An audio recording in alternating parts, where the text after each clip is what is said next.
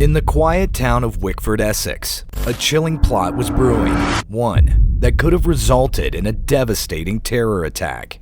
A young man, just 19 years old, was preparing to unleash a wave of violence against the very people sworn to protect us, the police and the military. In this video, we'll delve into the harrowing journey of Matthew King, a teenager who spiraled into a dark world of extremism, and the courageous act of a mother who chose to protect countless lives over her own son.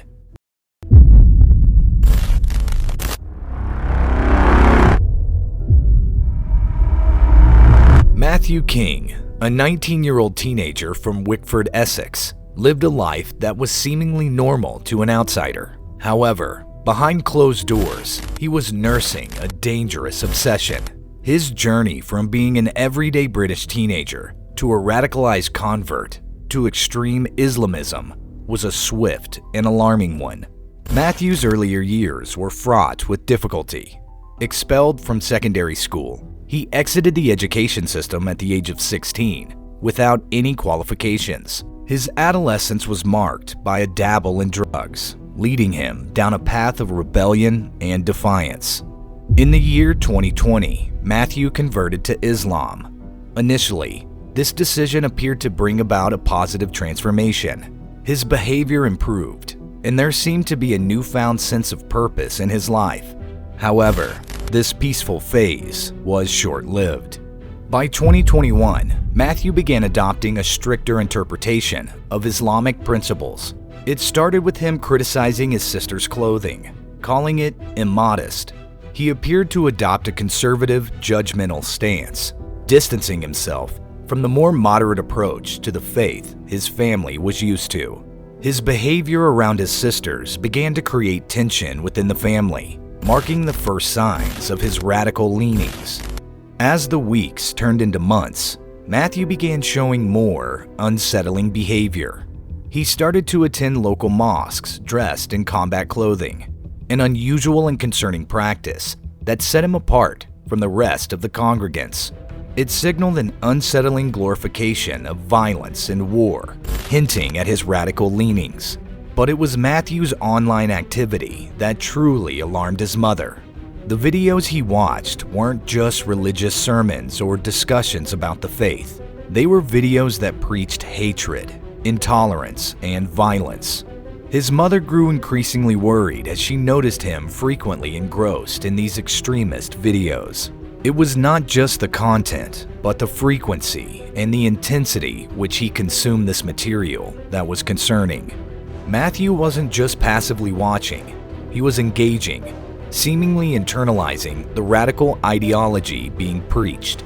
Eventually, his conduct became so concerning that one mosque that he used to attend decided he was no longer welcome.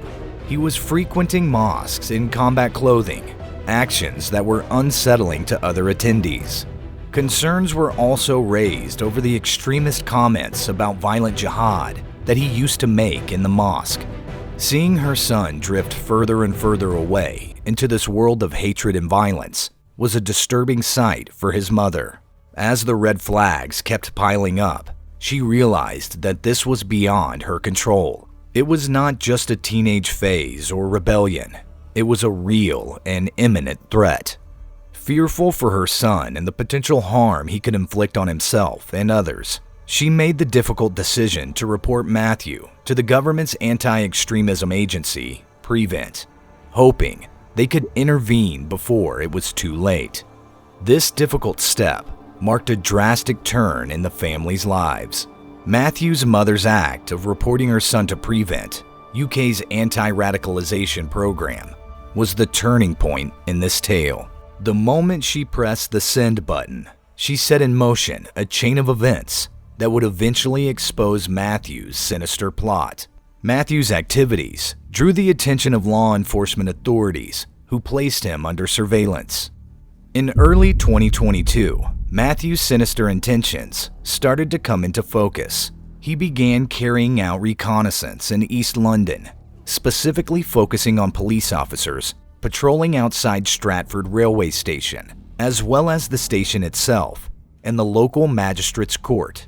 He even ventured to film outside the 7 Rifles Army barracks after dark, an activity captured by CCTV cameras.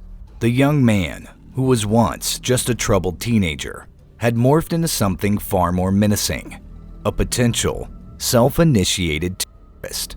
Matthew King was now a ticking time bomb, the severity of his intentions amplified by his mother's alarming revelation. It was a race against time for the authorities, and the clock was ticking fast. One of the videos on Matthew's phone showed footage near a police station, overlaid with a sinister soundtrack, echoing the words, "Coldly kill them with hate and rage. Plan your perfect killing spree." This chilling evidence further confirmed his violent intent and his progressing plot against law enforcement. Another video found on his phone revealed him rapping to his own lyrics about fellow terrorists in Belmarsh prison and detonating a bomb. As his descent into extremism continued, Matthew changed his WhatsApp status to "Kill Non-Muslims" and began discussing terrorist funding and potential travel routes to Syria in an online chat group. He also made attempts to buy a hunting knife online, although he never completed the purchase. Matthew's threatening activities were not limited to the digital world. He purchased military goggles and gloves, carried a balaclava, and a Shahada jihadist flag. He started sharing social media posts featuring police officers, captioned with the foreboding words, "Target acquired," further alarming authorities. As investigators delved deeper into the life and mind of Matthew King, the pieces of his disturbing plot fell into place. Their findings painted a terrifying picture of a teenager radicalized, ready, and willing to enact his deadly plan. Snapchat messages exchanged between Matthew and a schoolgirl, known in court as Miss A, were particularly unsettling. The pair fantasized about members of the British and American armed forces, making it clear their envisioned terror would not be swift and merciful. "We can't let them die quick, though. Slow, painful death. Aki. I'll guide you through it, or bring him or her home," Miss A had chillingly suggested. The day before his arrest, Matthew texted Miss A, stating that he would be worshiping Allah and that he might soon be on the news. Concerned about the fast pace at which Matthew appeared to be moving towards an attack, authorities decided to act. Matthew's plot was ultimately foiled when officers from the Metropolitan Police arrested him at his home in Wickford, Essex, on the 18th of May, 2022. Examination of his phone unveiled his extremist beliefs and his intent to kill or torture a British soldier, either in the UK or abroad. It also revealed his fantasies of traveling to Syria to become a martyr and his plans for carrying out an attack, suggesting it was imminent. His WhatsApp status bore the disturbing proclamation, "Kill Non-Muslims," and his own rap lyrics alluded to fellow terrorists in Belmarsh prison and the detonation of a bomb. In January 2023, Matthew pleaded guilty to the preparation of terrorist acts between December 2021 and the 17th of May 2022. However, even while incarcerated, Matthew displayed continued extremist tendencies, reportedly threatening to behead a prison imam. Judge Mark Lucraft at the Old Bailey commended Matthew's mother for her actions, stating she had done exactly the right thing in reporting her son to the authorities.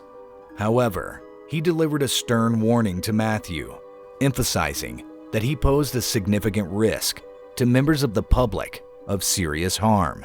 Following his guilty plea, Matthew was sentenced to life in prison with a minimum term of 6 years, with Judge Lucraft clarifying that his release would be contingent on a parole board assessment after the minimum term was served. If released, Matthew would remain on license and liable to recall for the rest of his life. Matthew's fate is now a matter for the parole board. Whether he will be released after his minimum term or later is uncertain. But one thing is clear.